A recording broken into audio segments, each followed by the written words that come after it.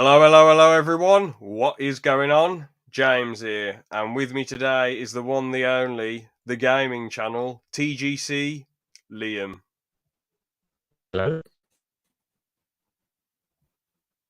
So yeah, we are here today to just discuss Liam's jazz and discuss YouTube shizzle. And I'll ask Liam some questions. Obviously, the last one was like about a million years ago. I think it was in 2020 when we just had a shit ton of free time, to be fair. And I just spammed out like podcasts week after week after week. In 2020, I think once I did like 4 or 5 podcasts in one week. It was mental. But I guess Probably that was a busy that's what time for you. Yeah. yeah, and I guess that's what happens when you just get a shit ton of free time and you just want to kill it and hmm get a, take advantage of the free time as much as possible. While I guess looking back on it, if I had a load of free time now, I'd probably work on videos. But back then, I just wanted to get loads of podcasts out for some reason and be like the Joe Rogan experience or something. But hmm yeah, the thing is, we couldn't go out and about. No one could go to the gym or do anything. It was just like just stuck at home really, and yeah, all the social Yeah. distancing, all the masks, all that jazz.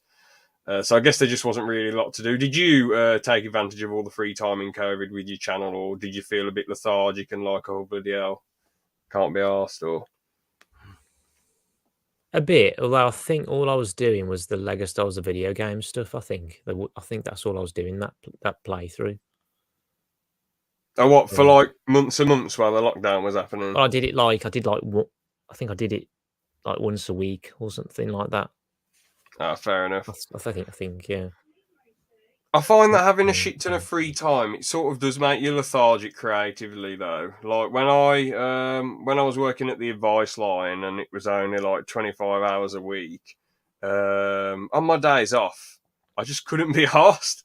I work Monday, Tuesday, then I was lucky enough to have Wednesday, Thursday off, work Friday, and I'm thinking to myself like, damn. And then obviously had Saturday and Sunday off. Worked 3 days, had 4 days off a week, and I'm not saying I didn't take advantage of the creative time.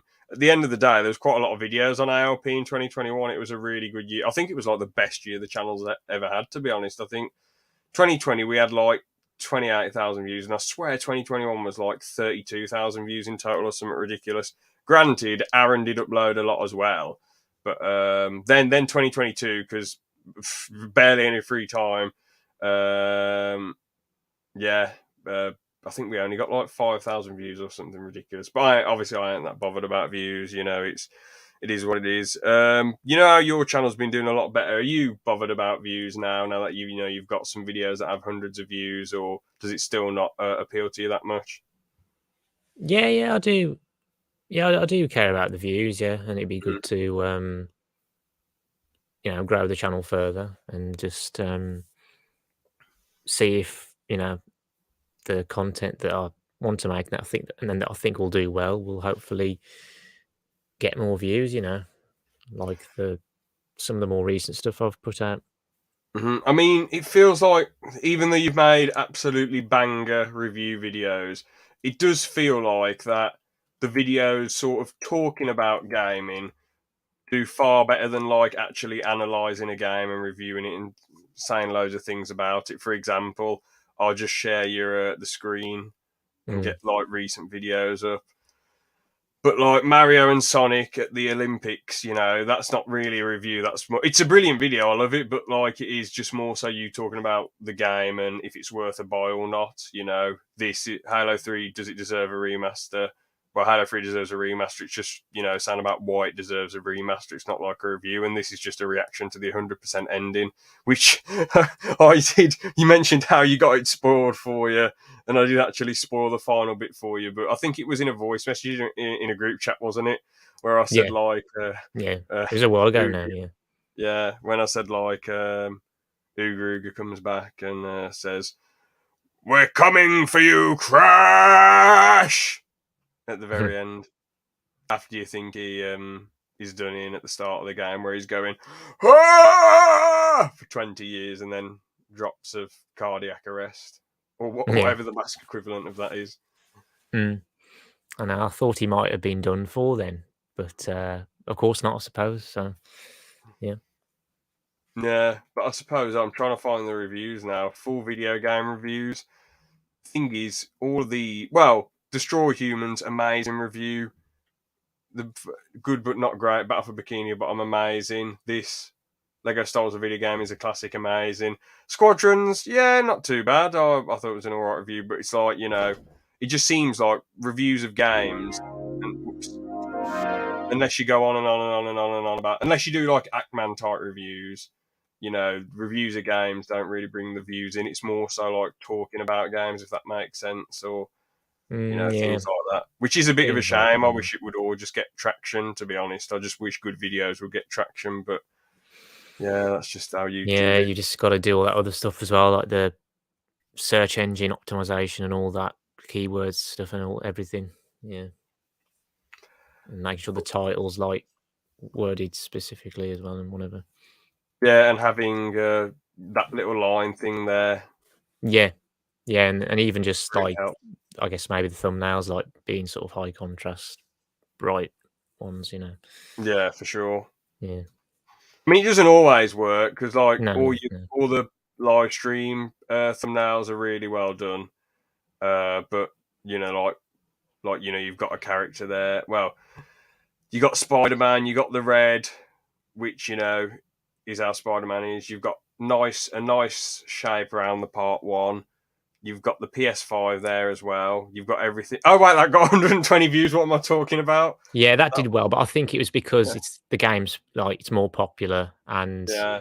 and I was playing it and it's the first time playing it, so I think that's why that did well, to be fair. But let's take this Halo one for example. Part two, PC.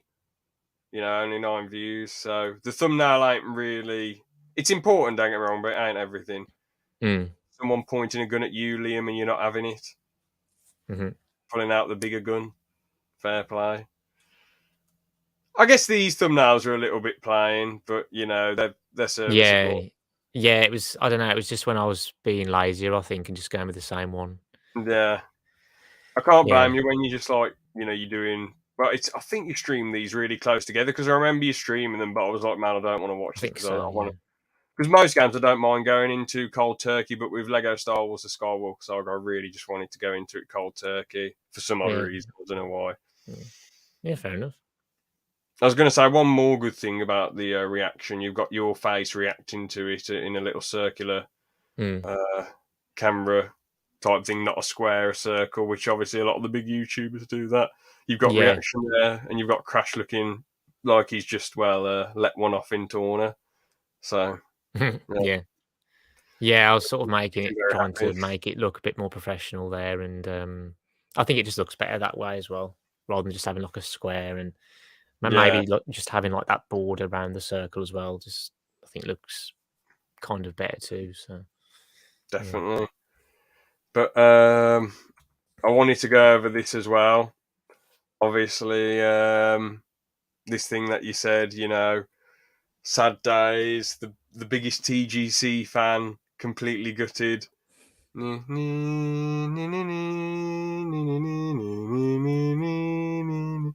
but on a serious note, you said, "Hi everyone, hope you're doing well. Take this opportunity to talk about some changes." And the changes are obviously that you're not you prefer like playing video games in your own time because you might feel like pressure to complete them while doing them on camera, and you feel more immersed when you're not having to focus on streaming as well as responding to the brilliant comments I put in the chat. And basically, Mhm. with streaming, I do get where you're coming from. Like, you can't be as fully immersed in the game. You can't because Yeah. you're focusing on everything else that's going on. Mm. So I do get it. But out of interest, was there any specific moment that made you think, "Oh, I don't really want to stream that much anymore"? It was pretty much when I did my last stream, so that the Spider-Man Part 2 stream, which was only half an hour, Mm-hmm. yeah, I kinda just sort of came to that realization then, really. Yeah. I think there's still certain single player games that I might stream and certain like maybe if I do like a certain challenge or like a, new game plus or like a game on the hardest difficulty or whatever, I might stream it, but then I might Yeah, do like videos of those instead as well. I don't know. Yeah. maybe you could do a video. if you didn't want to stream like certain difficult games, I think Halo would be good to do on legendary difficulty because you can do it with friends. Yeah, But I yeah. think other difficult games, maybe you could do like just gameplay of it and you talking about what was difficult about it, bits that you found easy, bits that you found hard, maybe some amazing plays that you pulled off if you get some of those on record and you show them, and Well, yeah, maybe that's the thing. Yeah, sorry, I was gonna say, yeah, that's where I think maybe I can take advantage of the shorts function, because I was thinking maybe I should try and take advantage of that more as well, because like that shorts really get pushed. oh yeah, So definitely, yeah. yeah, and Obviously, this is the only yeah, this is the it's only classed as a short, short, but This is the gaming I don't know. channel, and this is just a quick So channel the only update to short. say that if I don't upload, The well, background if I stick though, upload the world map, mhm. little to no it's a good content each place to week, record this that's because update. I'm going on holiday tomorrow. So But yeah, that's the only short. Out of interest, how do you make your shorts get really long? Because I can only do them for 15 seconds. Is there a specific thing you have to activate? Now, literally, all I did for that was I think I think I just recorded it on my phone camera, and then I think I just uploaded it to the YouTube app. Oh, nice. I think I don't know whether it That's just as a short or something. classed it as a short, yeah. I think that's what it was, yeah. I haven't really had, like, a proper go at doing, like, a short yet, but I Hmm. should. Yeah. I mean, gaming shorts get really pushed when they're not, when some of Mm. them aren't even that good, but they just get pushed anyway. Yeah, because 'cause they're all over, like, the YouTube homepage now, aren't they? So, There. yeah. Right, I'm just getting the topics together quickly. Oh yeah, right. One question I've always been itching to ask: will you ever upload to Vendolin again? That's a big one. No. Never, not even a goodbye video. Oh wait, did you tell the Vendling fans that you made a gaming channel? Yeah. Oh, that's good then. That's all you need. I think I sort of did a goodbye video, actually. Yeah. I don't know if I Yeah, asked I this think I on the did pretty podcast we much. did in 2020, but what made you just go from Vendling to the gaming channel instead? Yeah, I just thought that with Vendelin, I don't know, I was just sort of not caring about the schedule and just doing sort Hmm. of uploading random gaming stuff and doing it whenever. And I guess in a way, it felt like it was sort of going nowhere, and I didn't really have a plan. And I just wanted to start afresh, really, and just build a new channel, uh, you know, from scratch, Hmm. and just see how well, I guess how fast I could grow. But of course, I haven't grown that much and that fast, but but then that's just down to me as well, and how frequently I've created content. Yeah, I mean, I think if you keep doing videos like talking about gaming, I still think you should do reviews because they're rock. But if you do Mm, videos, if you focus more on videos that talk about gaming, I think you can grow pretty big. Um, and obviously taking advantage of the shorts feature, I think you can do pretty well because mm, gaming's obviously got a lot bigger now with all the streamers with VODs and hot stream highlights on YouTube, and Tommy in it doing his crazy videos and game reviews and just everything. It just like seems like gaming's back in the swing of things, and it just seems like a lot of big YouTubers get to play these new games early as well, and people see them all over the YouTube and they think, bloody hell, this game looks good. And it seems like ever since, like, it seems like the gaming boom was from, like, I don't know, 2011 to like 2018. Then gaming seemed quite dead on YouTube from like the second half of 2018. All of 2019, gaming content seemed dead. It more seemed like focused on reaction content like PewDiePie and KSI reacting to stuff and all this jazz. Then in 2020, gaming just seemed to make a comeback because of COVID, because of all the free time people had, all the lockdown jazz. People were gaming, people were on their phones and all that jazz. So I think that's why gaming made a comeback, and ever since gaming's been really, really popular. So mm. Yeah, I think it just seems like there's loads of it just seems like there's just loads of more gaming playthroughs now, and loads more gaming YouTubers. Um, and I imagine a lot of them. like probably created their channels like in 2020 as well, or 2019. So Yeah, because yeah, maybe in like 2020 they thought to themselves, you know, we got all this free time, we might as well go all in with the YouTube jazz, which yeah, does seem logical. But the thing is, you still have to be really lucky, even if you have all the free time, put mm, a shit ton of effort into editing videos and shit. At the end of the day, you still have to be lucky and the algorithm pushing you and all that jazz.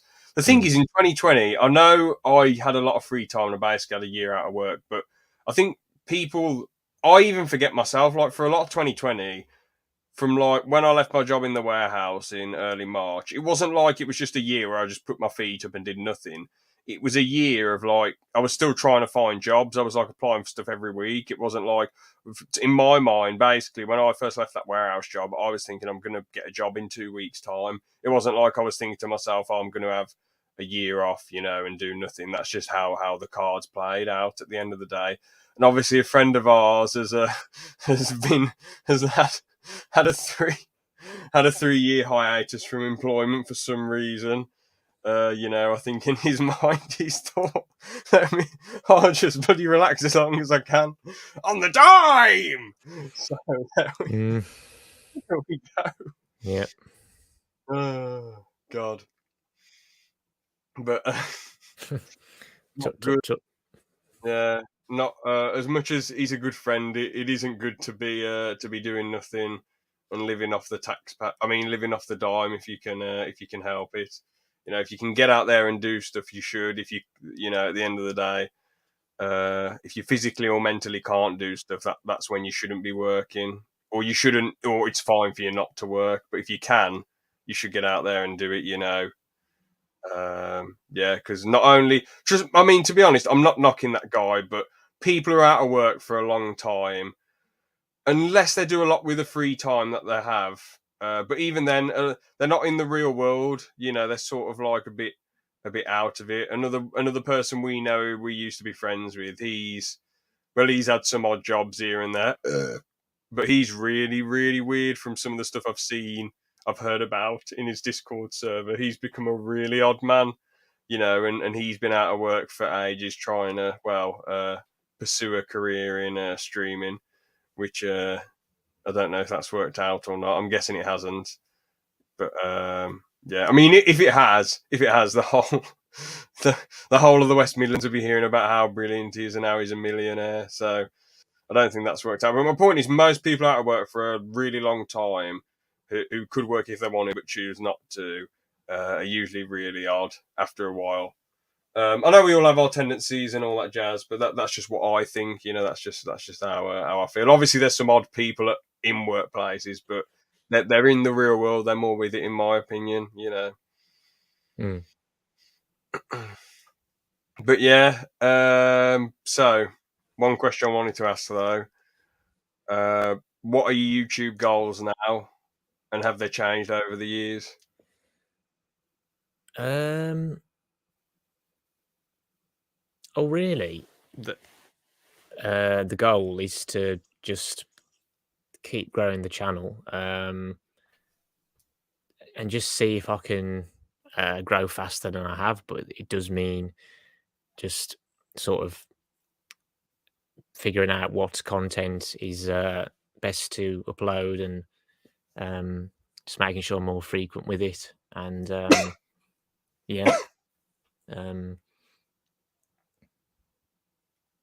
Do you think you'll yeah. try and be like the Ackman then, or one of the big gaming YouTubers? Is that the end goal, or potentially? I mean, it'd be good. Yeah, I sort of, I'd, I'd like to be, but yeah, we'll see what happens. But yeah, it's just a matter of, like I say, just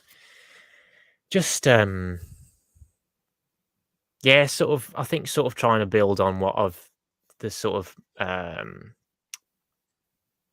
success I've had recently with Mhm. certain videos and the views they've got, and just maybe just, I don't know, maybe trying to upload more frequently, and yeah, just taking advantage of the shorts, and yeah, sort of stuff like that, really. Yeah. Fair play. I mean, the thing is with your channel, you've got all sorts of games on there. You've got. I know, obviously, you're not streaming. You're not going to stream that much anymore. But obviously, you got Halo on there, Yu-Gi-Oh, some Nintendo.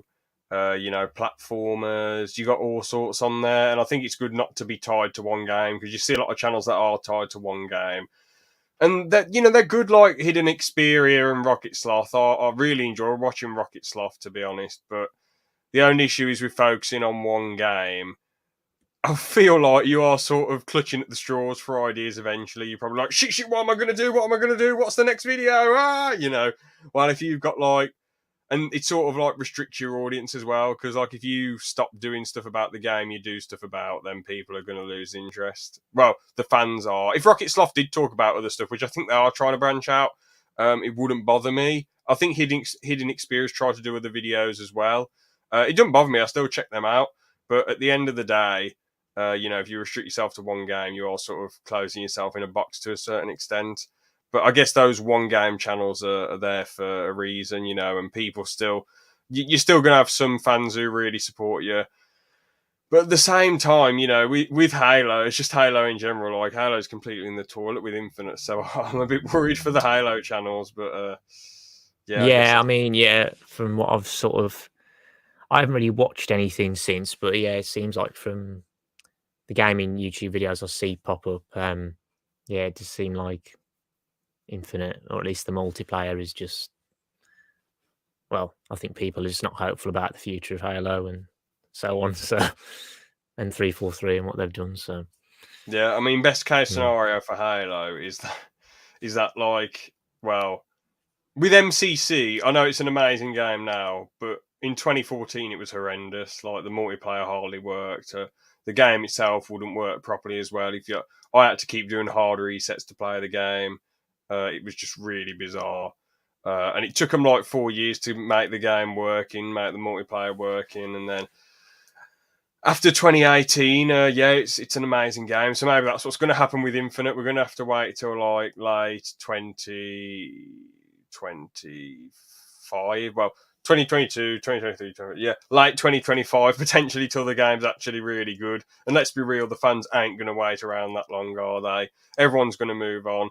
And if it gets to MCC levels, then fair play. But it's a different ball game, because MCC's like, 5 multiplayers in one, and 6 campaigns in one, and different firefights, etc., and different Forge worlds and all that jazz, and so many maps, so many game types. Well, Halo Infinite is just one game, so you can't really let one game on its own.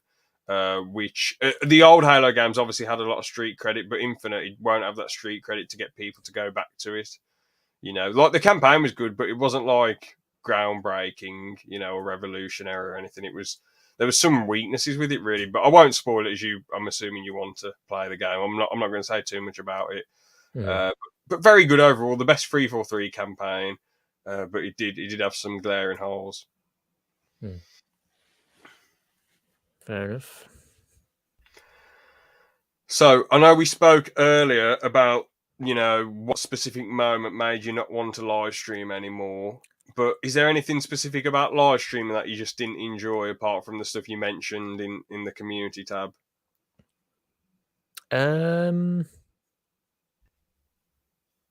I think it was just yeah, it was kind of just feeling just feeling the pressure to sort of get through games as quickly as I could, and maybe feeling like, oh, I need to maybe play this game more often, stream this more often, and perhaps not, yeah, and just not sort of take my time with a game, because, well, because of that pressure again, and just people watching, and yeah, so just yeah, just having to rush it, and yeah.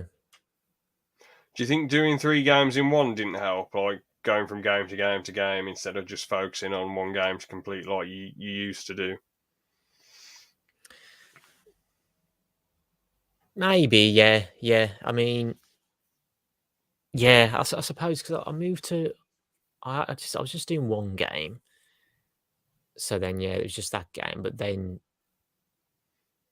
I think, I moved to 3 games because then I'd be sort of rotating between the 3 and then I'd be, playing different games on different days rather than just the same game all the time.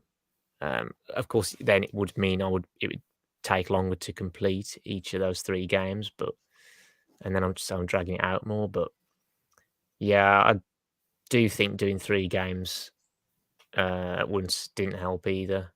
Yeah.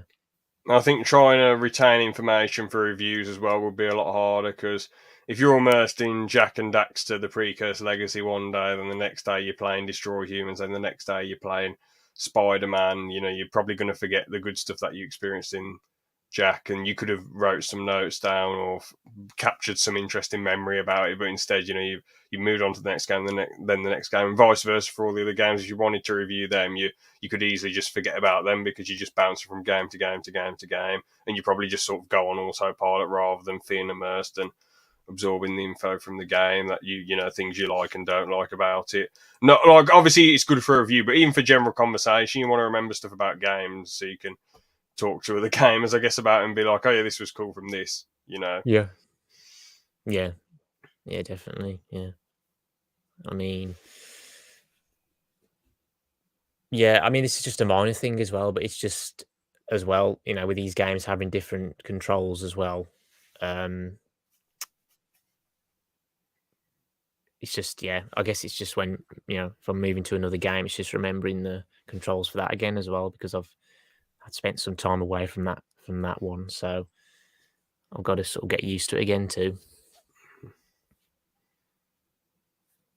Yeah. For sure. So, what special edition Star Wars changes did you like and not like? Now, I'm going to answer this first one for you, right? I don't know one that you liked. It was the big snout mouth lady, or the dancing and with the big the little bloke with the big belly with the big round body. That was one you liked. One you didn't like was Jar Jar Binks getting shot in the face at the start of episode 1. Good. Yeah, I think. Well, I think most people would have liked that, but yeah. No, but what changes did you like in the special editions then, and what stuff would have you kept the same? Do you reckon if you've been in charge? I think I would have kept the same. Yeah, I would have kept the same. So, changing Boba Fett's voice to Tamira Morrison's, I think I would have kept that Yeah, that was really same, good. as well as the Emperor's voice in Empire with Ian McDermott, because it wasn't his Oh voice yeah, in the brilliant. Yeah, original, and the way he looks, which is like, well, it's sort of his Revenge of the Sith look. So you could argue that's a bit inconsistent there, but I suppose it's fine. What else would I have kept? I guess, yeah, just the improved special effects in some areas, like the yeah. Death Star explosion. I think it looks better than it did in the original cut. What did it look like in the original? Was the explosion just a bit weak or something? I think it was still a sort of good explosion, but I just like how in the special edition, and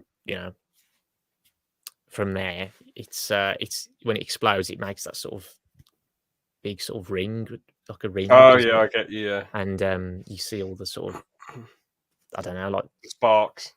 yeah, whatever, light particles or whatever. Whereas I think in the original it was just a lot of sort of bright, sort of, from what I remember, I could be wrong, but I think it might have just been a lot of like sort of bright colours and orange colours, and it was sort of just, well, it didn't create that ring shape. It was just a sort of, yeah, I don't know, just didn't look as cool. I don't know, it didn't look as visually appealing. What else would I have kept the same? Um, hand shooting first should have been kept the same instead of yeah, that shouldn't have been changed. Yeah, definitely. because the Yeah. thing is hand's meant to be. I know, didn't George Lucas just want him to be like more of a peaceful guy and not a bloke who shot first or something weird? I don't know, but it just seems. Yeah, And his apparently, I head think. moves like this. His head moves like this. It's like, phew, Yeah, sort of like. they created an entirely new shot. Yeah, digital shot. Yeah, But like, the thing is, the reason he shot drone shot. first was because he knew Greedo was going to shoot him. That's why. Yeah. I Greedo was know. there. Yeah, Greedo was coming to kill him, yeah. and it I made him mean, like a proper we only just outlaw. meet. You know. Yeah, I mean, we're only just meeting Han there, and he's meant to be, like a scoundrel before he becomes, Scoundrel. before he becomes like a hero of the rebellion. So Yeah. yeah, that definitely should have been kept as it was without being changed. They should have got rid of the scene though, because Yeah, that wasn't necessary. Yeah, changing Jabba that. the Yeah, Hutt's Jabba the Hutt's castle and adding all sail that. barge is already long as it is. Why does it need more filler? Yeah, It's true. ridiculous. Yeah, yeah.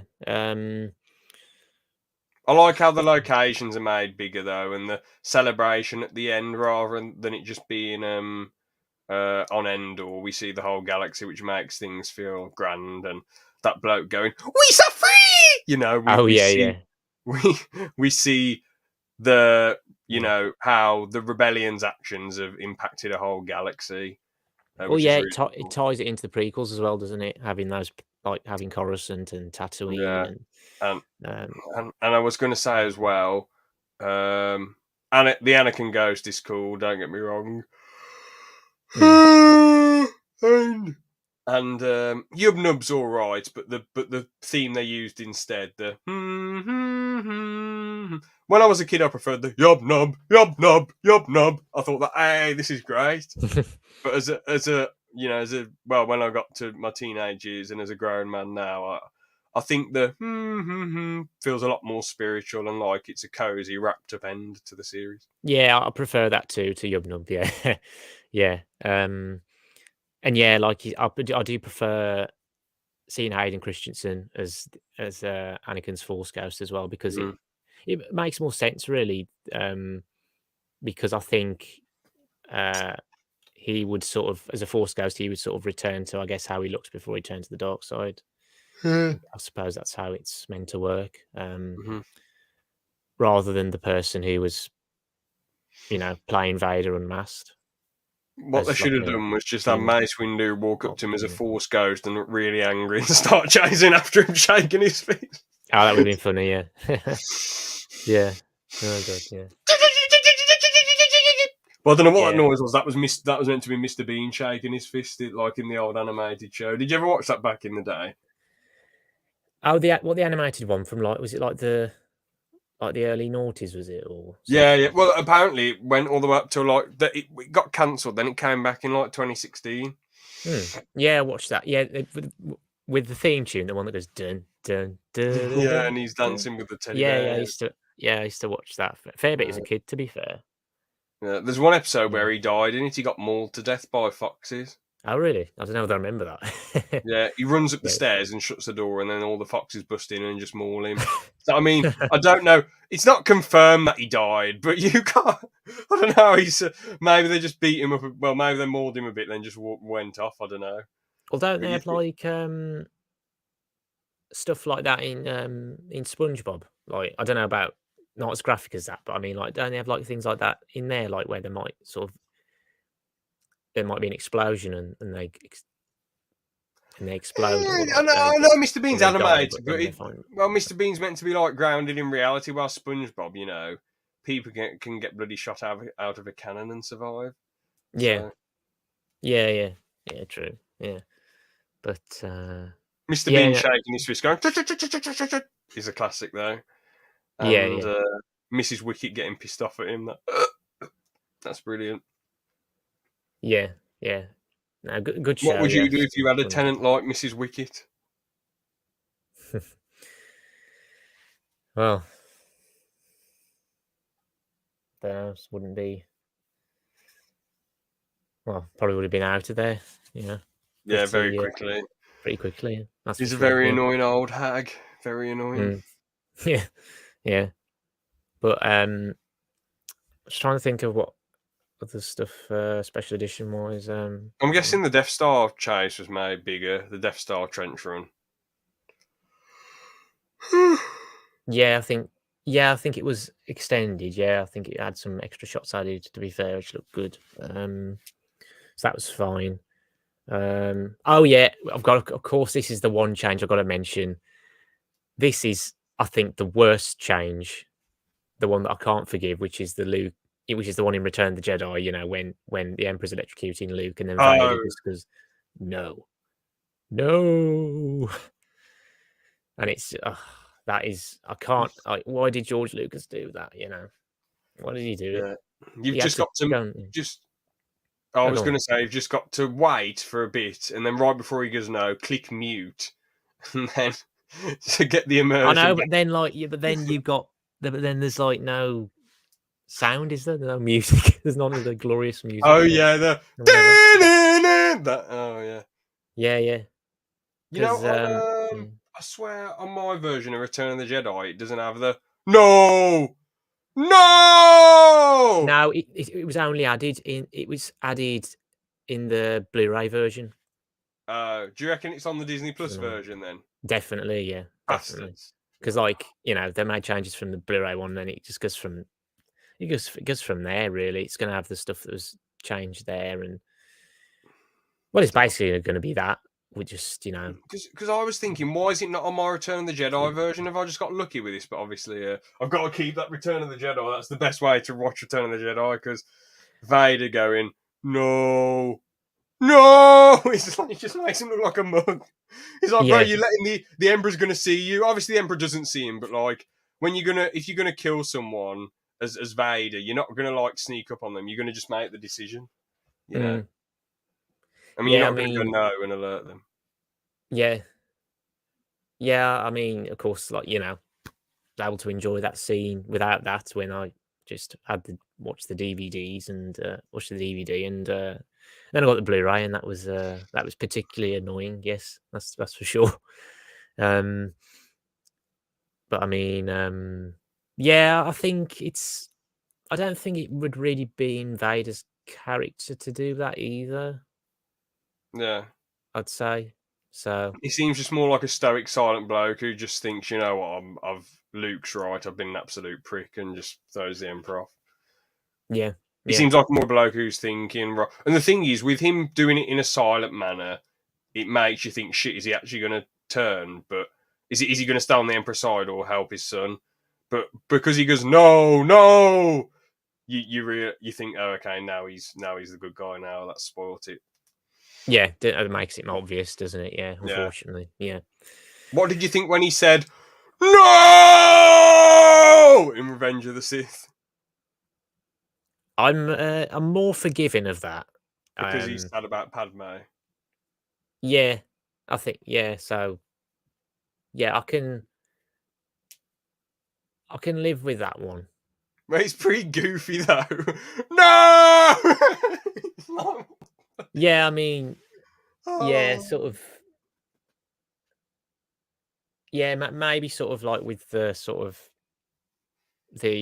how he's moving his body as well with it. I don't know with it, but yeah, I suppose you could say maybe, yeah, he could have just had that sort of. He made that sort of like scream or whatever screaming sound or whatever it was before he said no. They could have just maybe had that and him getting mad or something. I don't know, but Yeah. Yeah, but I can definitely I can tolerate that way more than because that of course that existed in the first place as well. Yeah, Whereas exactly. this did I mean, not exist until then. what I would have done, honestly, I know what I would have done is just like Vader not react but start going on a rampage. I think that would have been a lot more powerful. And him just starting smashing shit up, and then the Emperor has to like calm him down and all that jazz. I think that would have been Yeah, a lot more. I think that might Deep. have been originally planned. I think You it might reckon? have been. It might. I think so, or at least they've sort of put it in like the one of the Vader comics now, which sort of takes Oh, place nice. during that scene or right after that bit. You know what would have So- been better though? Well, you know what happened? They were going to do that, but then George Lucas came and went, "Oh, well, no. He has to go, no, it's poetry, it's theatre, it's poetry. And then that was that. So I was going to ask Liam, I know this is like a different topic to the special editions, but you know when Anakin and Obi-Wan are having a go at each other, and Obi-Wan's like, "You have done that yourself!" And Anakin's like, "If you're not with me, you're my enemy! Only a Sith deals in absolutes." And all that jazz. And what was it? Your new empire! You know, now, it's fine if you think the scenes are brilliant and well done, but do you find them a bit funny, or do you think they're well-acted, brilliant scenes, or... I think. I mean, I do. I think I do genuinely think the acting's good. What, even I from mean, I understand McGregor, but even from Hayden Christensen, when he's going, "You're my enemy," that was just goofy. yeah, it's. I think it's. Yeah, I think it's fine. I mean, yeah, the dialogue. Yeah, I mean, it's. Yeah, it's not natural. Yeah, and yeah, it's not what you'd usually have. You wouldn't have this in real life, of course, and and in I don't know. I'm just willing to sort of accept it though more, just because I guess just because they're Jedi and sort of the way they might speak and the fact that it's Star Wars and you know, yeah. I know it's sort of I know it's still the dialogue's different, say in the Clone Wars to how it is in the prequels, but The Clone Wars has far better dialogue.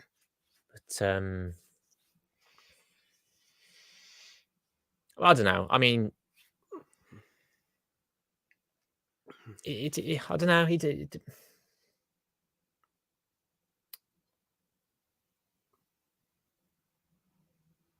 I don't know. Yeah, like I say, it's not natural. It's yeah, but but uh but no, I'm personally I'm all right with it.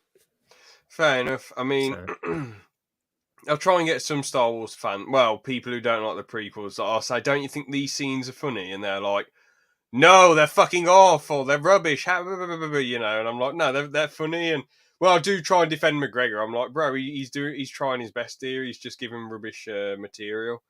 You know, well, not rubbish, but like the dialogue's just really hard. And I think McGregor's doing his best with the acting. He's acting how Obi-Wan would act, just Hayden Christensen. That isn't how Anakin would act. That isn't how Vader would act. It just makes him look like a bit of a like a Ponzi prince who's been given loads of power. You know, he just makes him, even though he does evil things, he just seems like more of a joke than a serious. Well, when he's not saying anything, he seems like a serious threat. But when he's like overacting and being like, "You turned her against me," you know, it's like, oh my god, it's just not, it's not well done at all. It's just weird. You know, it's funny, but it's like at least it's weird in a funny way rather than just being weird or bad weird. I don't know. It's just interesting because it almost seems like in a way that you could argue that Clone Wars Anakin and Revenge of the Sith Anakin are kind of, or prequels Anakin. It's almost like they're quite different, isn't it? You know, almost as if they're like two different people, which is odd, but it kind of is like that because, of course, Anakin's voice is deeper in the Clone Wars because he has a different, voice actor, and he's a far better character as well. it's weird though because considering, like, because he's young, but he just seems. It's weird because he just seems like more mature in the Clone Wars as well, even though he is the same age. But makes him a better character, in my opinion.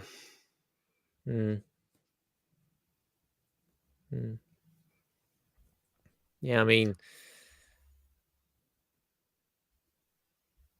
yeah, maybe they did just do that as well, yeah, because of the because of the reaction, the negative reaction to his portrayal, I guess, in his character in the prequels, yeah. For sure. But anyway, on to the next topic. What are your thoughts on the current direction of Marvel? Well, yeah, it's not in a particularly good place. Yeah, that's for sure. I mean, I know a lot of people say Phase 4 was rubbish and I mean, it definitely doesn't seem like it has a sense of direction. It's just a lot of it definitely seems like a bunch of random stories and uh, things like that. And even though I think there's still a fair amount that I liked from it, even though there were some things I didn't enjoy so much, or I outright didn't like. But and definitely things that could have been better that seemed rushed. What did you think of my favourite scene from She-Hulk? Did you rate that, or were you not a fan? Well, yes, I don't have a bum fetish, so Yeah. you know, yeah, You didn't wasn't even like particularly this. You didn't impressed. think the scene was decent in general. No, no, Oh, okay, fair enough. no. um, but yeah, I think She-Hulk was just the worst of the worst. Yeah, I'm glad I didn't watch that. Apart from the dancing scene, I'm glad I didn't watch that because Yeah, I mean, to be definitely. fair, I Yeah. watched the scene with Tim Roth in it, but it just seemed a bit odd to see Abomination acting like Tim Roth, like a drunk version of Tim Roth. It was just like, well, I've had a lot of time in here to think about what I've done, and at the end of the fucking day, I'm an all right guy afterwards. After I've done all these nasty things, I'm an all right guy now. I've had a lot of time to think. It just Yeah, seems, I know. seems a bit weird. It just seems like the character's just been changed to well, this to suit the writers, really, to suit the Yeah, show, the to suit comedy. the tone of the show. Yeah, yeah, and it's just weird, isn't it? He's just not. They just really mess up his character. Yeah, Is Mark um, Ruffalo any good in it though? he's okay, but he's just sort of more comic relief Uh, and just to be sort of um he's sort of there to kind of be made fun of as well, I guess, and that's a shame. just sort of be yeah, just like and almost sort of say that like She-Hulk's had it worse and yeah, despite everything he's been through and all that rubbish, Oh, and stuff like that even, yeah, it's that's just really ignorant. That's just taking a big crap on the character, isn't it? yeah, that's the writers, yeah, and it seems like everyone involved with that show though is well, most of the people involved with that show just I don't know, whatever, but yeah, I think but yeah, like I said, it's not in the best place at the moment, Marvel, and it just, I don't know, yeah, I mean, at least I mean, of course, we've got the new Ant-Man film coming out in, I think it's 5 days, Yeah, you and Ben were raving about that poster, weren't you? yeah, yeah, I thought it looked pretty cool, yeah, um, at least with that film well, that will properly introduce Kang, even though Loki, was his first introduction, but, um Is Kang the villain at the end then? what, in Ant-Man? In the new Ant-Man film? No, Or in Loki, the bloke who's dancing and laughing around the room. yeah, yeah, yeah. Oh, Yeah, well, they, yeah, well, spoilers for Loki, but, she yeah, killed him. Yeah, she Sylvie did. killed him, yeah. But, that was one of his variants, wasn't it? Because of all the multiverse stuff. Yeah, Now there's gonna be he's a big probably an focus on the intimate. multiverse again, yeah. Well, I'm hoping he's an intimidating guy in this one because, as much as I love Loki, in Loki it was just a bit odd to have like a jokey, weird version of Thanos. I guess it was an all right twist, but it was Mm. weird in, I'm not going to say a good or bad way, it was just weird in a weird way. The dynamic was cool. How he's like, well, if you kill me, I've got a million other versions of me, so screw you. But Sylvie's like, I'm just going to kill you anyway, and then he's right. So it was just weird. Yeah. Well, from the trailers I've seen of the new Ant-Man film, though, it seems he seems interesting. He seems threatening. So Hmm. we'll see. It seems, yeah. I guess maybe with this film, yeah. Well, this is the start of Phase 5, but yeah, I guess seems like they might actually have a direction now with Kang, and hopefully, yeah, it'll just pick back up from here. We'll have to see, but yeah, Phase 4, like mixed bag. Like I say, like there's still a lot of stuff I liked, but then didn't like She-Hulk at all. Mm-hmm. It's the one Marvel MCU thing that I just haven't completed. I got to episode 3, and that was just episode 3 was Bloody hell. just the bottom of the barrel, and so I was just like, I'm not. You like a 3 out of 10? Well, probably a 0 to be honest. Really? That bad? Yeah, it was.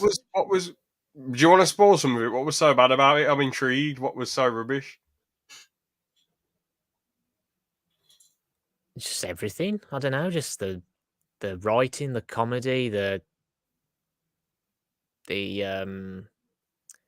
yeah, I guess the Abomination stuff, and the fact that he had all of these.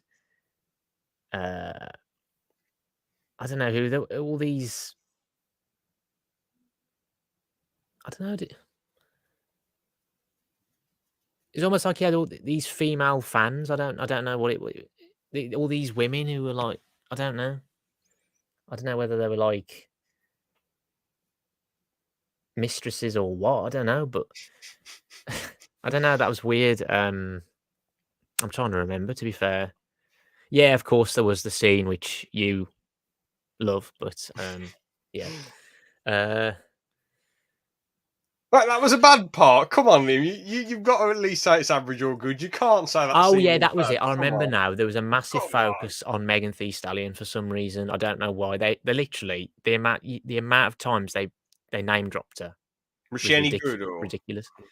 She didn't. I don't think she had loads of screen time, but no, nothing special. And It just seemed a bit seemed cringe like how they all call, because I did watch some scenes and it's like Megan Thee Stallion. It's like, no, it's Megan Stallion. Why do you call her Megan Thee Stallion all the time? It just seems a bit cringy.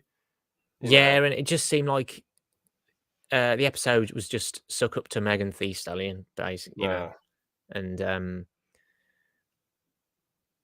But is it? I thought it was the, not the. Is it actually the? I don't know. Yeah, I don't know. I'm not sure whether. To be I fair, swear they're saying Megan Thee Stallion. But yeah, it just seems a bit odd to be. Yeah, Megan Thee Stallion, I think. Yeah, it I just think it's seems a bit spelled odd. THEE, isn't it? I think. Yeah, but I swear they call her Megan Thee Stallion in it. But anyway, point being, know. I guess she was pretty trashy in it. Yeah, like I say, yeah, it was just terrible. Yeah. So there was that, and then I think what else was it? The last Marvel thing was, I think, well, at least there's Black Panther: Wakanda Forever, which I hadn't watched because it was just boring, very slow. Yeah, I just wish I hadn't wasted my time with it because it was just, Well, it was no too good, was long. it? Yeah, it's too long. Should have probably been like as long as the first one. Mm-hmm. Just certain decisions they made as well were just, I thought, just a waste. Yeah, just a waste, waste of certain characters, and then just like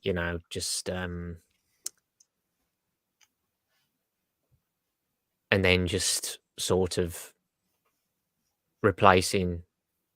Well, I guess spoilers for this, but like replace. Well, it's not. Well, kind of, but like sort of making Shuri, Black Panther's sister, the new Black Panther, essentially, but then there were other characters who were probably more fitting for the role, and and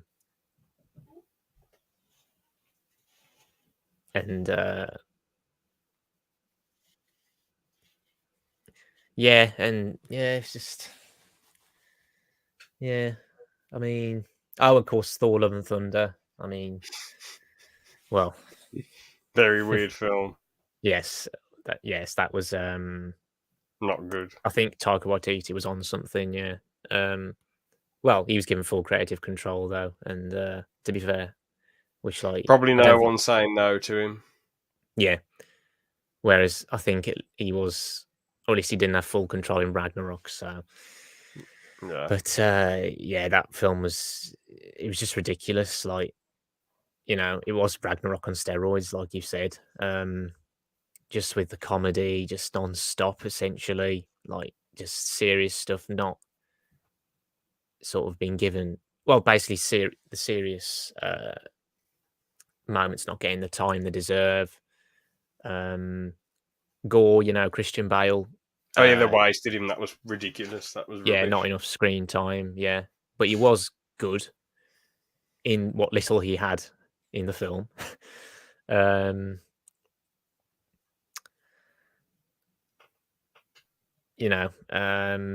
the space goats, yeah, and the constant, you know, screaming of the space goats. I don't know. That seems like right up your alley, Liam. Like some Jar Jar Binks stuff. No, it was That yeah, seems it was like way your overdone, and it was just annoying to hear as well. definitely. Um, They took a shit meme and made it shitter. and then they just wasted Jane Foster as well. Like, just brought her back just to kill her off, Yeah, that was really sad. and that was just a waste of the story as well, with like her having cancer. And I just thought it was weird how they sort of made Mjolnir and Stormbreaker like, um is it sentient beings or whatever, like sort of made them Yeah. like as if, yeah, like as if like yeah, as if like they had emotions and whatever. It was just really weird. um and then yeah, I mean, again, special effects as well just could have been better. I think it was just too much. And then just the stuff with Zeus as well, which was just yeah, Oh god, yeah, yeah, I Russell know. Crowe. And then sort of like, well, Oof, yeah. killing Zeus really easily, well, except he's back, of course. Yeah, Yeah, his just son's gonna be the villain in Thor 5 or Loki series 2 or something yeah, stupid. so just really, really disappointing. But yeah, I think they were probably, in my opinion, the worst things in Phase 4, the 3 most recent things, yeah, so Black Panther 2, Thor: Love and Thunder, and She-Hulk are probably the worst things in Phase 4. Mhm. But, yeah, so hopefully, like I said, they'll, hopefully Quantumania is good, Fingers crossed. and yeah, so we'll see, we'll see. Well, I would ask the same about Star Wars, but I think at the moment it is going in a good direction, Andor, amazing, Bad Batch. You know what? As much as I know on our last session I was poo pooing it and being like, oh, for God's sake, rubbish. Well, not rubbish, but I was like, well, that the temple episode and the bloody the racing episode. Well, the racing episode was probably a smidge below average. The temple episode was very below average. That was naff. The Wookiee episode, honestly, because I didn't finish that. Overall, that was above average. Yeah, I enjoyed it. But the final two, the most recent two, amazing, Oh, amazing, have amazing. watched them, have you? Yeah, I've watched them now. Brilliant, Yes, yeah, brilliant. yeah, definitely, yeah. Um, Finally I mean, I said, continues the story as well, the main story. yeah, I mean, because I know I said to you in private how what it would be so much cooler if they did what, well, because I showed you a Shay Frillis tweet. If they did it how, so if they had like, I don't know, if they focused, if it was more of an anthology series about the clones after Order 66 rather than just like focusing on the Bad Batch entirely. But how I do it is probably like, I don't know, Bad Batch episode, Crosser episode, Rex episode, Cody and different clone episode and do it in that order, or random episode about X clones, stuff like that, because that's far more interesting than just focusing on the Bad Batch. I'm not saying they're bad characters or anything, but they shined as like side characters in Series 7 of the Clone Wars. Well, I never watched the episode they were in. I heard they were really good. So I don't think they are good enough to carry a show, but they just need less episodes in the series, and they need to focus on the other clones as well as focusing on the Bad Batch, in my opinion. But yeah, if they're going to completely focus on the Bad Batch, which obviously that's what the show is, what they should do, in my opinion, still keep these 2 episodes because they were amazing. But after this, do some big. I said to you in private, right? They should do a big mission for Sid, and then Sid betrays them. They get thrown in prison, but Sid thinks, "Oh, I did a bad thing there." Rescues them, but dies rescuing them. Sacrifices herself. Then they get Sid's big score, but they decide to put the money into the rebellion, and then they die fighting the Empire or something. Apart from Omega, I think she should survive. You can't have a kid die in a Clone War style animated show. That's too dark, Yeah, I just wonder though, what would happen to her though? What would they do with her? I don't know. I mean, yeah, it would be a bit odd because how long? Well, that's straight after Order 66, so you've got 19 years until Luke and Leia and Han get involved. And then you've got another 6 years that the Star Wars trilogy takes place over in the Star Wars universe. What, the original trilogy? Yeah, isn't it like... It's at 4 years. Oh, they all take place over 4 years? Yeah. Oh, okay, so then you've got 4 of the years, so what the hell is... You got a good point there. What the hell would Omega be doing for, like, 23 years? It'd be a bit bizarre. Well, I don't know, yeah, I just wonder, like, yeah, I don't know, I just think... I don't know, we'll see, I suppose, but... Yeah, but... Maybe she could become a senator in the background. I don't know. Maybe Hunter could tell her, look, you're not a soldier. You're a kid. Don't follow this. Maybe one of the last things he could say to her would be like, Omega, don't go down this route. I know you want to be a soldier. I know you want to live this life and be like us and fight in battles. But this isn't the right way to go. You need to live a normal life. You're not like the other clones. You need to try and make a difference in a different way. And then leave it there or something. And then he could go off and fight and throw down and die and she could become a senator. I don't know. Oh, yeah, shit. I forgot to mention Echo stays behind. Echo, Yeah. and I was like, genuinely, I was so... that's probably one of the saddest I felt watching Star Wars. I genuinely felt, oh, what? I know, it was a sad scene, it was, to be fair. I genuinely felt like Omega. I was like, you can't leave the Bad Batch. You part of the squad. And he's like, I need to go with Rex. And it's like, fuck. Yeah, I think I don't know, it might have been the start of that episode, though. It was, I guess you could say, it was sort of hinting at that. He says, because it's where I'm needed, where I belong. And now yeah, because I think at the start of the episode they're on the ship, and I think he's talking to Omega, isn't he?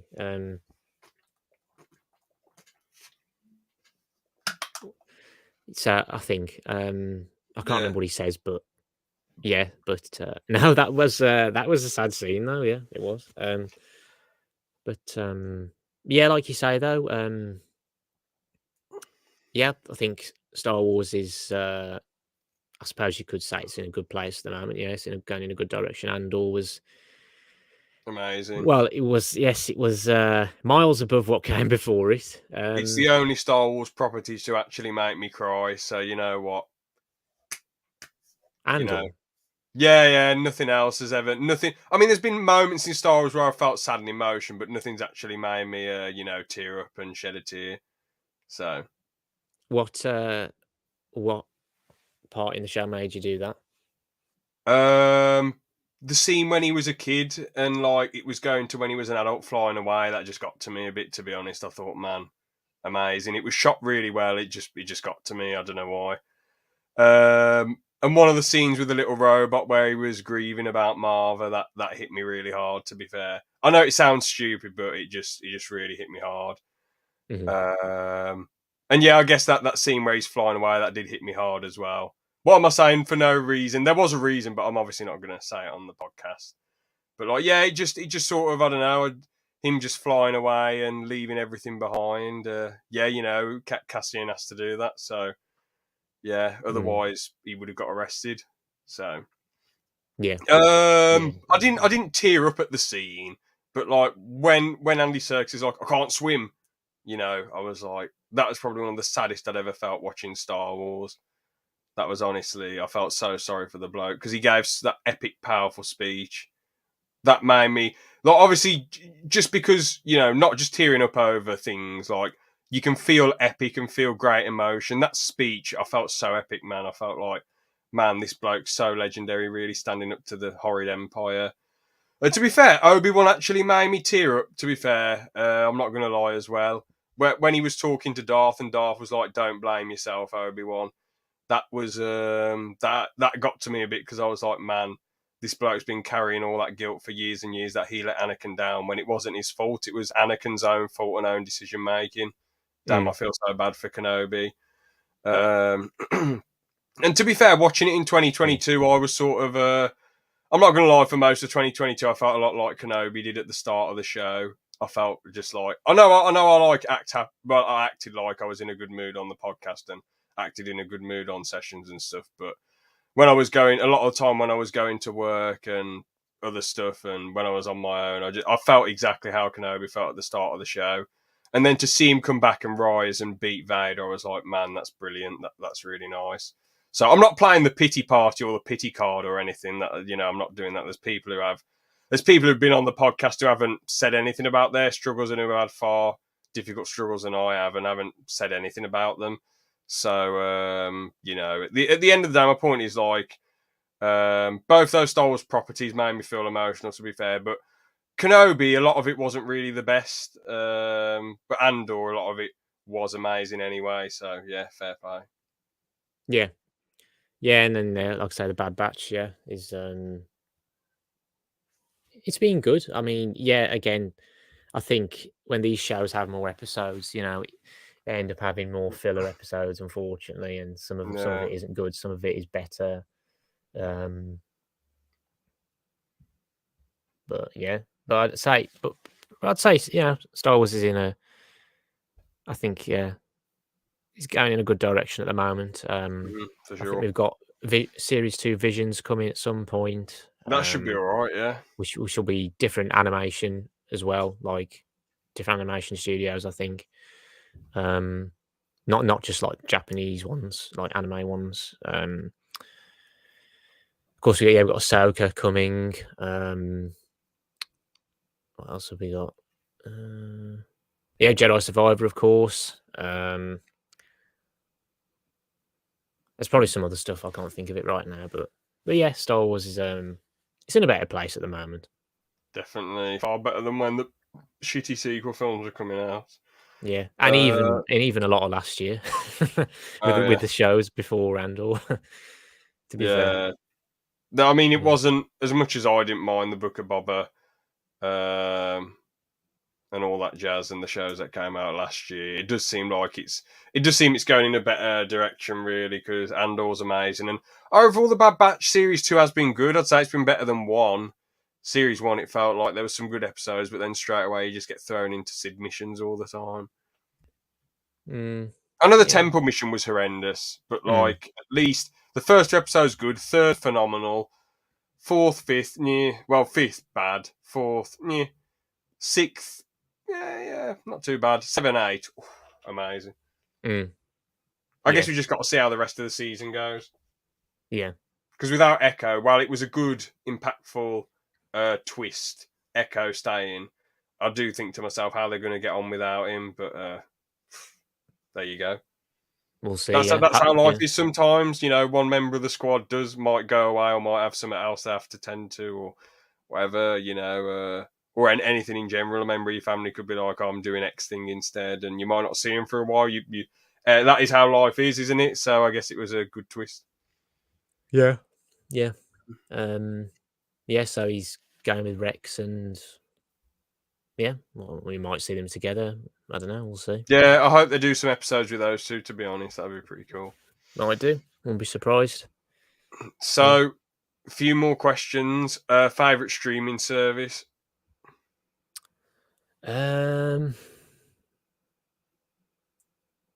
Got to be BBC iPlayer, the Royal Family, and Line of Duty. I'd probably say Disney Plus. Yeah, I agree. Yeah. Because the thing Yeah. is, with Netflix is crap. Like, Netflix has a lot of cool stuff on there, but then it just goes straight away or not too long. Like, they have a bunch of cool films that you want to watch, but then they're like, see ya, you know. And they're exclusive, so they're really that good. I mean, Stranger Things, amazing. Better Call Saul, that's all over and done now.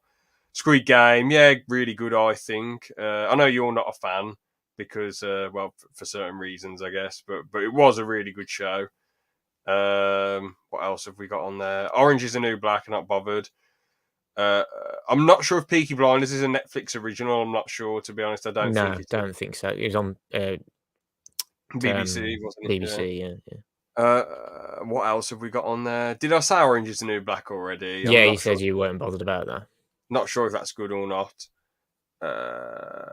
There's that what's Jeffrey Dahmer series. I don't want to watch that because it's just creepy. I just don't like that sort of thing. It's just I just heard about some of the stuff that's in the show, and I just don't want to watch that at all. I watched one of his interviews in real life, and it's terrifying. It's like, how can he act so normal about all the atrocities he committed? I've got no clue. The only bit I watched from the show is that bloke in prison beating Dahmer to death with the weight bar. That's the only thing I watched because I wanted to see him get his comeuppance. But yeah, I can't believe all the evil he committed, man. He's just, I don't even want to talk about it. It's just, I know there's evil people in the world, but he's beyond a lot of, evil people. Just very, very weird and baffling. Fair play to the actor who played him because he did a really good job at playing a creepy psychopath. But yeah, there you go. What the hell else have they got on there? I'm gonna look up Netflix exclusives quickly. Yeah, of course they've got a lot of stuff and a lot of films and shows, but a lot of their stuff isn't great though. You're not a fan of that sort of thing, are you? There's The Crown. I think that's a Netflix original. Yeah, like I said, they've got some good stuff on there. They've still got some iconic films on there, but a lot of their stuff's moved over to Disney Plus as well because they used to have a lot of it. Yeah, like what's it? Prison Break was on Netflix for ages. Now it's on Disney Plus. And the good thing about Disney Plus is that all the shit is staying there for good. A lot of the Disney catalog is on there for good. They're not going to get rid of it. Recess, I can go and watch that. Gravity Falls, I'm watching that currently. I mean, there was one thing that they missed out of Recess. It was one of the Christmas specials, but they got every other Recess episode on there, so that's good. There must be some sort of reason then that the episode's not there. I don't know. Yeah, it's a Christmas special. Miracle on Third Street, it's called. It wasn't given the best rating, but I'm just curious because like you go on Google and it's like it's not there. It's like it doesn't say that it's on any streaming platform. It says you can access it on Dailymotion, but I don't get why it's not on Disney Plus. Not on Disney Plus. I wonder why. As of late 2022, this film is only one of 4 the Disney Plus and its derivatives official Recess films that's not currently available. That's all it says. It just says that it's not available. That's really odd, man. Like you can just access it on Dailymotion, but I wasn't, to be fair. I'm probably going to review Recess eventually. I might try and get round to watching that eventually. I want to review it after I've watched Gravity Falls, review it with a friend of mine. But the thing is, it's like, well, why have everything else on there? And I'm sure if Disney cared that it was accessible on Dailymotion, they'd probably be fuming and want it off there. But I just don't get why that one thing in particular is not on Disney Plus. Maybe they just couldn't be asked to put it on there or something. I think there's a reason, but I don't know because there's like certain episodes of TV shows that aren't on there either. Really? Yeah, like it could be as simple as like one TV show having just one episode missing. It could still be an important episode, but it's just not there for whatever reason. There must be some sort of like serious reason, or I guess, or something. What do you reckon? What as to what? Oh, like Like, have you found any examples in the past of like the Well, shows and I was stuff? just thinking of a show I was just thinking of a show that my mum was watching on Disney Plus before, and EastEnders. I think it only had imagine if it was on there. Um, but yeah, it was this one show. I think it's called The Glades. I think it's like 4 series or something, or 3 Mm-hmm. series. Um, and yeah, I think it's only got 1 episode missing. And it's Right. kind of like an important episode as well, because I think a certain character pops up. I think it's like the main character's dad or something like that. But it's just missing, because then you just get to the next episode and they're on about the character's dad, I think, and then but you just don't, or Did your something mum like that, find and you any don't. reasons on Google why it was not there? No, I don't think so. I was trying to look it up, but It just seems I weird don't that think the there was reason anything. isn't even revealed. It just seems odd. Because the thing is, on Recess, there is some like episodes where, well, there's this big block of text at the start that says stereotypes are bad, and this is just, rather than remove the content that shows stereotypes or people, doing certain things or whatever, we want to keep it in there to show that stereotypes are wrong. Thank you. Which genuinely, I looked at that warning at the start and I thought, what, does Recess do something controversial or something? Like, what's this? But genuinely, I mean, I'll tell you after the podcast what they did, but basically, on the one episode, I couldn't find anything at all why that warning was at the start. There's one minor thing, but it's stupid. I'll tell you after the podcast. There's one minor thing that I can think of, but it doesn't make sense at all. The other ones, there's a minor thing which is ridiculous. I don't get why it's on there. And then there's a few others where the kindergartners are acting like tribes people. So I'm guessing that's why they put that warning at the start, because they act very tribe-like, and maybe that's offensive to some people. Well, I don't know. It just seems odd because it's a harmless kid show. If they were making fun of the kindergartners for acting tribe-like in the show and calling them really nasty names, then fair enough. But like, they don't do that. No one ever makes fun of the kindergartners for acting tribes-like. It's done as a comedy to show that the kids, they're very immature and they're acting daft. That's why it's in there. So it's just really, really bizarre, these warnings at the start. But my point is, with Disney, they put these warnings at the start to Yeah, warn you. some of the So, stuff, some of the older stuff, yeah, and one of yeah. yeah. So I understand the very old stuff because they do have some things that are considered offensive nowadays, or that are offensive, or a bit Yeah. daft and silly. Mm. But Recess is not one of those things at all. It's whimsical that warning's at the start. But there you go. That's just the way the world is now. But I'll tell you after the podcast, it is some of the daftest reasons ever. But there you go. So yeah, you'd say Disney Plus. I strongly agree that that's the best streaming service. I agree. Well, obviously I said favorite, and you said that's your favorite. I'd say it's my favorite too, just because all the Star Wars stuff, all the Simpsons, all Futurama, all Family Guy, all American Dad. I think BoJack Horseman's available on there. I haven't watched that, but it's cool that it's available on there. Prison Break's on there. All the Disney shows, documentaries are on there. A lot of Disney shows, a lot of Disney films. None of it's going nowhere. It's going to stay there. Marvel's on there, even though it's not going in a good direction at the moment. It's just jam-packed full of content, and it's just brilliant, to be honest. And it was really cheap at first as well. So, yeah. Yeah, of course, it's gone up a little bit since. Hopefully, it's not going to go up anymore, but we'll Yeah. see. But yeah, it just has. Yeah, I think it just has more stuff that I like on there, and it just has loads of stuff on there now, and a wider range of content. So I mean, yeah, Apple TV, I don't know anything about that, but like when you have to advertise Apple TV on the telly, it can't be that good. Netflix doesn't need advertising on the telly. Disney Plus doesn't really need advertising on the telly that much. Apple TV, I've seen that pushed around a lot, to be honest, in the past.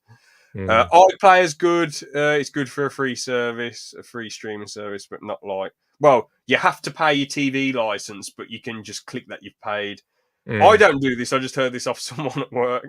But like he doesn't have a TV at home, and he just said, "Well, I didn't realize you could do this, but you can actually just click and say you do have a TV license, and you get free TV." So there you go. There's no check. It's just like, yeah, you can just take advantage of that, which is good for him, but it's bad for all of us people who are paying the TV license. But there you go. It's whatever, you know. If they want to do something about it, the BBC should just change their ways of accessing the streaming service. But overall, iPlayer is okay. Netflix is good, but it's, take it or leave it, really. Disney Plus, though, brilliant. Amazon Prime, it's got quite a few cool exclusives, but the issue is there's loads of stuff to advertise on there, which comes across as cool, but then you find out you have to pay for it, and it's like, what's the point of advertising it on Amazon Prime when you have to pay 30 quid for it? What's the point? You might as well just watch it on the bloody telly. It's nonsensical. It's really ridiculous to advertise it on there. Then it's locked behind a paywall. When the reason we go on a streaming service is because we pay for the streaming service to watch these things on there, not to have it locked behind another paywall. Ridiculous. Exactly. Yeah. Yeah. That's the annoying thing about that one. Yeah. I was going to say as well, is Netflix? I don't know if it has it already, but isn't it getting like a cheaper tier, which has ads, doesn't it? I think. I'm not sure. I think so. I think I don't know if it's got it yet, but I think it's. If it hasn't got it, I think it's getting like a cheaper tier, but it'll have ads. Yeah, I mean, ads don't bother me at all. I know people are like, oh, I love having ad blocker on YouTube or YouTube Premium, but bro, they don't bother me one bit, because at the end of the day, adverts need to exist to get people money. You know what I'm saying? Like, if it wasn't for ads, there'd be no creators, and if it wasn't for ads on that Netflix, that cheaper tier, then it wouldn't be cheaper. It'd be the normal price. Yeah, they can just I guess they can just, or people can feel that they're sort of a bit inconvenient at times, aren't they? Or like, oh, it just pops up all of a sudden on YouTube, or like, or it's like, or it lasts longer, the ad break, or sort of things like that, I guess. But yeah, I mean, I get you, but cat's got to fish and birds got to eat, haven't they? So, people have to make the cash to get the food on the table. But yeah, on to a couple other things. Latest game you've been playing? I suppose. I mean, I know, of course, I've been, streaming those games on the channel, but I guess it'd be Deathloop. I've been playing it for a while now. I've been playing it for a while on PS5. But yeah, it's sort of been each session's been spread out, really. And I'm still. I didn't think it'd be a pure rally, to be fair. Looks pretty cool. Yeah. I thought when I saw the trailer for it a while ago, I thought the gameplay looked good, and I've been enjoying it, to be fair. I mean, it doesn't have the best reviews, but I guess the story is like, you could argue it's sort of here, there, and everywhere, and a bit confusing, but I think it's still interesting, and I like the gameplay, and yeah, there's an online mode as well, which I haven't tried yet, but yeah, so I suppose that's the game. Yeah, I've been playing. Do you think you'll get Red Dead 2 soon, or you're not bothered? I'll get it at some point. I mean, I don't know whether I'll get it soon, but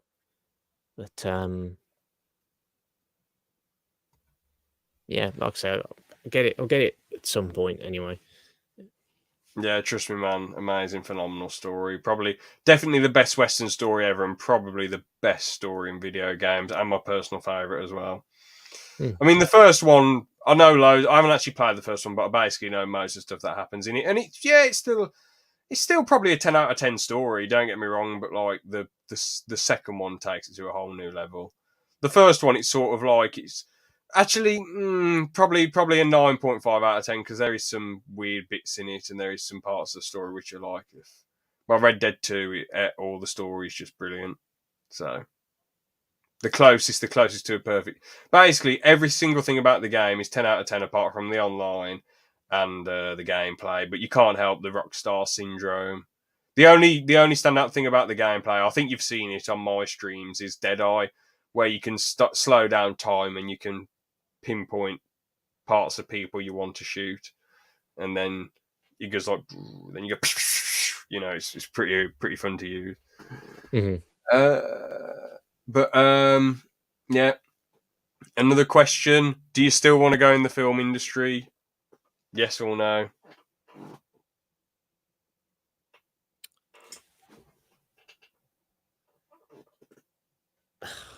That's it. It's difficult to just say yes or no. Or yeah, just say whatever. Then if it's a maybe, I don't know. Just explain like.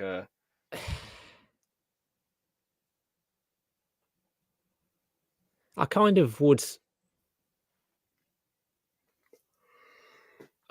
still like to. I mean, maybe that's more of a sort of long-term goal, but yeah, I guess we'll see what happens. Would you still go in the film industry if YouTube worked out for you, or?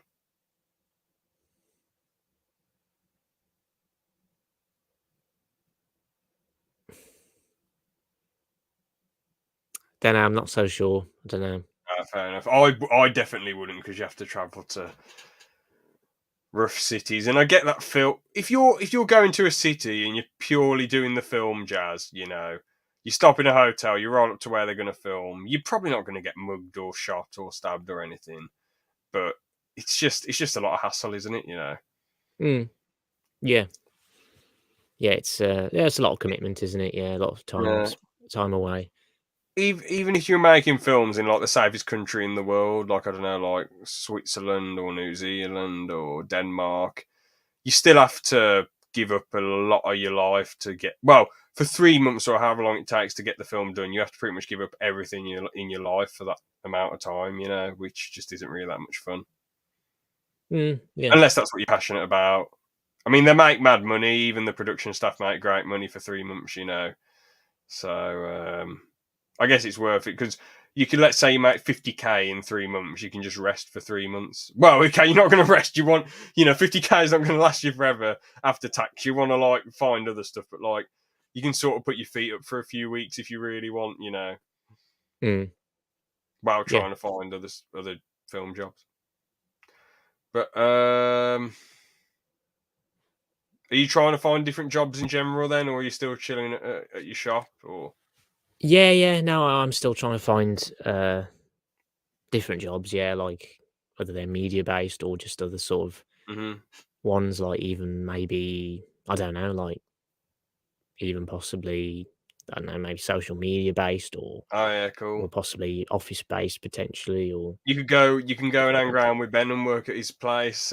Chasing the influencers to work with the business. I mean, that'd be. I mean, it's not in the nicest of areas, but at least it wouldn't be that much stress just chasing influencers all the time. well, maybe I think there's I think there's more to it than that, but Well, who I knows? originally thought that, but from what Ben said, that's basically why it is, just liaising with them and trying to get them on board. And oh yes, social media advertising, yes, sorry, that too. So I guess you have to look at the pages, look after the social media pages, chase influencers, put up posts. What you could do if you got the job there is just upload the intro you made. We have collabed with ALP Podcast. Yeah. It's just The company just oh, that sounds delightful. Yeah, I'll just shut down the company. And you and Ben would be legging a wing to save the king. 1, 2, 3 out the building. Ben would get the blame somehow. Yeah, the company just gets shut down after like the first 10 seconds. See, James, I got you back for that one. Well, Liam, you just got yourself sacked and the business shut down. Yes, goodbye. Fuck you. Oh god. Oh, yeah, and then of course I've messed up Ben's job as well. Oh yeah. Ben just says, "Well, you did it for the sake of the agenda, so it doesn't bother me. Goodbye, Liam. I'll see you the next session." So, all good. Oh, bloody hell! Yeah. But anyway, what were the last couple of questions? Okay, so favorite YouTubers and YouTubers you're watching currently? I can already guess 2 of them: Bombastic and Star Wars Theory. Star Wars Theory, yeah. I'm still subscribed to Bombastic. I just haven't really been watching his content so much since. Yeah. What else? The Critical Drinker. I've mentioned him to you before on the channel. Oh shit! Yeah, I keep forgetting to watch him. I'm gonna look him up quickly. Who else have we got? I suppose Tyrone Magnus as well, who I've been subscribed to for a while. Yeah. Oh yeah, I'm subscribed to him. Wait, Who? I think he's the guy. Is he the Who? Critical Scottish fella? Drinker? Yeah, yeah, He's a Scottish. Oh yeah, he's a legend. Yeah, I watched him before. To be fair, yeah, he's yeah, quite yeah, funny. yeah. It's just yeah, he's just not afraid to say whatever, really. Yeah, he just really has a Yeah, go at people. yeah, You think yeah. Nicholas Sturgeon would be on his case? You can't say that about this film, laddie. Oh, I don't care. Fuck off. You know, he just says what he wants. So big respect to the lad. Yeah, yeah.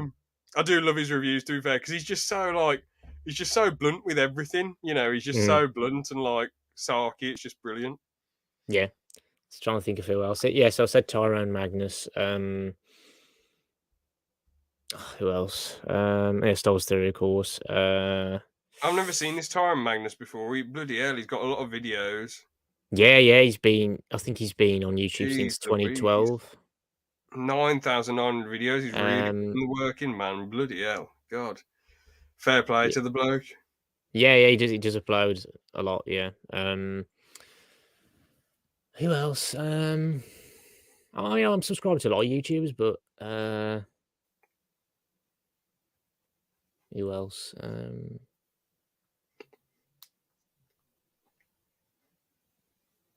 I don't know really. They're the ones I sort of watched the most and I've watched recently. I watched a bit. I watched one of Wumpaloos's videos yesterday. Hey, the lad, the man. Yeah, it was he was just going back to Crash Team Racing Nitro Fueled online just to see whether there was still he could still get in any races or not. And he still managed to find a fair few people in lobbies. Oh, that's good then. On different If they consoles. brought it to PC, it'd get so many players again, man. I know. Me, you, and Ben would be racing on there, and yeah, it would bring it back to life. Yeah, definitely. I guess there's just certain other YouTubers like at times with certain videos, like Canadian guy, you know. Oh yeah, he's not too bad. Yeah, he's pretty good. Yeah. Oh yeah, I don't know how I forgot this one. Linus Tech Tips as well. Never heard of him. Their videos all the time.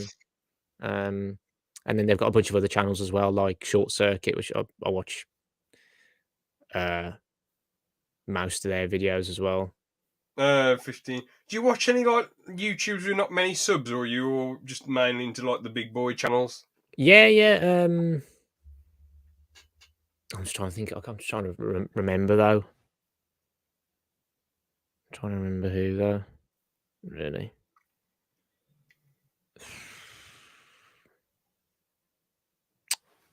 Can't think. 1 minute. Might as well have a look. Let me just see. Dancing and laughing around the room. I mean, there are two YouTubers I've subscribed to very recently. Like, although these two, like, sort of, they basically just do videos on like Lego game mods, you know. Okay. Like there's this one is one of them the one you sent me where they create the whole level of Palpatine's arrest? That was brilliant. Yeah, I think his channel is I think he's called Barrio the Weird. I think. Lad. And then there's this one as well. He's called Linterney Gamer.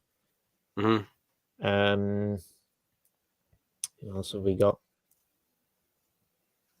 Oh yeah, as well. Like, there's this gaming YouTuber as well called Mystic. He's got he's been around for a while. He's not as big as like Linus Tech Tips, but he's got all like, you know, Critical Drinker or Tyrone Magnus, but he's got 715,000 subscribers.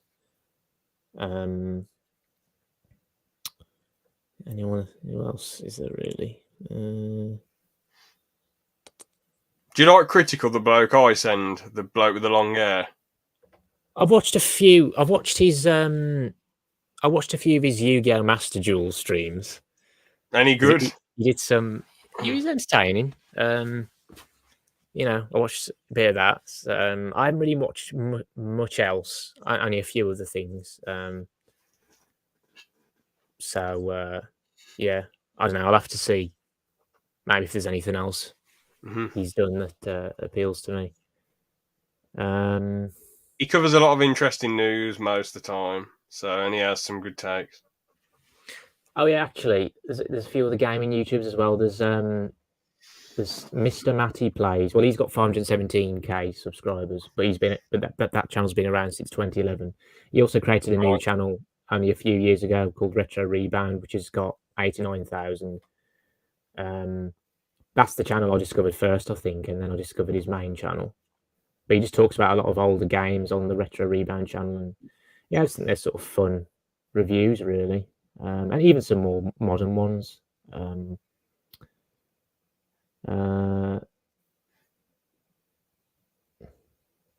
Yeah, yeah, that's that really. Like I said, I'm subscribed to a lot of YouTubers, but a lot of them though have got like at least like 10,000 subs. Yeah, fair enough. Yeah. So, final question to top the show off. To top the podcast off. Any TV shows or films you've watched recently that aren't Star Wars or Marvel or Lord of the Rings related? Well, I finally watched The Kingsman yesterday. You know the prequel film, the most recent one. Okay. Yeah, we watched that on Any good? Disney Plus. Yeah, to be fair, I enjoyed it. Yeah, I thought the first like maybe 40 minutes were a bit slow. Still interesting though. But I thought, yeah, I guess it sort of picked up after that. And have you watched it or? No, but to be fair, I've only watched the first one. For some reason, I just couldn't be arsed with the other two. But you know what? If you've watched the other two, and I'm pretty sure George is a massive fan, all three of us could review the trilogy maybe for the laughs. Yeah, sounds good. Yeah, could do That'd be that. pretty cool. But yeah, I watched that one yesterday. And yeah, I did enjoy that overall, to be fair. And I thought the action scenes were good in that too. Hmm. And there's a sort of like, I guess, a good twist as well at the end. Yeah, it was good. I'm trying to think of what else I've watched recently.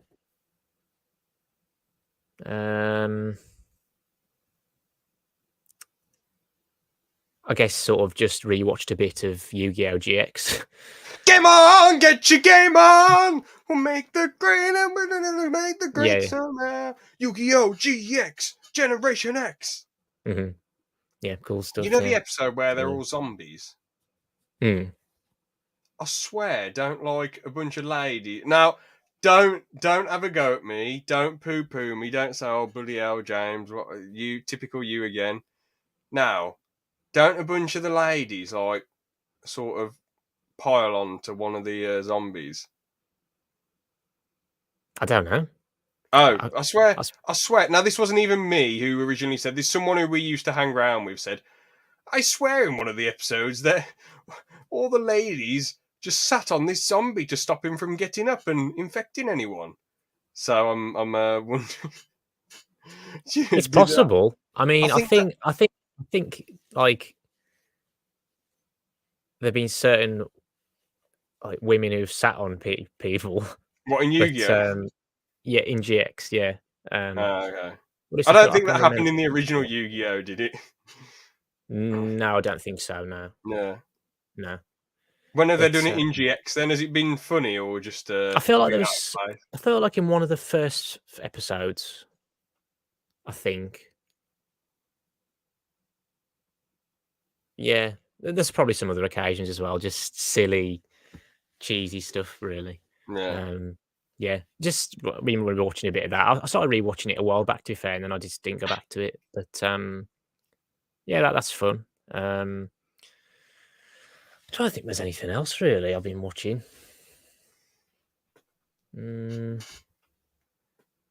Now, just I think the only other thing really is the Bad Batch. Fair enough.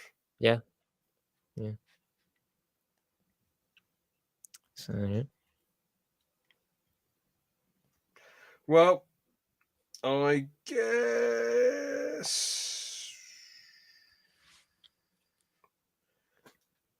we can nicely wrap up there. Thank you so much for coming on, Liam. No problem. Anything you want to say? Any signing off messages? Just thanks for having me on again. Yeah, good to do another podcast, and yeah, it was nice podcast for a change. To be fair, like sort of because of course it's been a while since I did one of these, and it's just different for a change, isn't it? You're just asking me a bunch of different questions, and I guess it's just about stuff I like and just stuff and other stuff and YouTube things and so on. And it's just interesting conversations, really, and and a good laugh along with it too. So Yeah, for sure. I think it's nice to just have like a full podcast like based around another YouTuber, and it's very cool when it's obviously based around a friend who does YouTube as well. So it's just cool to catch up with people. Obviously, I did one with Goat not too long ago. Might see if other people want to hop on. I was thinking about asking Ben, but he doesn't do. He rarely does anything on YouTube, so there's no point really. And he's quite busy anyway. George, if he's game, I might as well ask him. Aaron, I mean, it's tempting to like get him on and call an episode Bollocking Thunder, but he just doesn't upload enough, and also like on his own channel for stuff to talk about. And also he's the co-host, so it'd just be a bit odd. It'd be like Aaron interviewing me on the podcast. It'd be like, well, it's your podcast too. What are you? It's a bit odd. Did one we go though, which is cool. Yeah, trying to get other guests on, but you know it is with most people. It's just difficult to get a lot. It's so difficult to get podcast guests on, man. It's unreal, but it is what it is. I'm going to keep trying. Like even though I've done well with the guests, there's so many guests that have like either ignored or said no. There's so many more that have ignored. People see the success, like, oh damn, you got Edbound on, you got this person on, etc. Well done, but like, bro, you see the success, but you don't see all the people saying no or ignoring me behind the scenes. Shame. So, yeah. I don't mean you. I just mean like people in general. They might see, oh, this person's come on, but like it's a lot of work goes into it, man. But that's the same with everything. It's like any TV show. All they see is the final product. They don't see like the grafting and the ball out that went into making it. Whether it's some majestic 10 out of 10 piece of art or 1 out of 10, it most probably took a lot of graft to make anyway. So yeah. But I guess we'll wrap up there then. So thank you all so much for watching, and see you in the next one. Have a good one. Laters.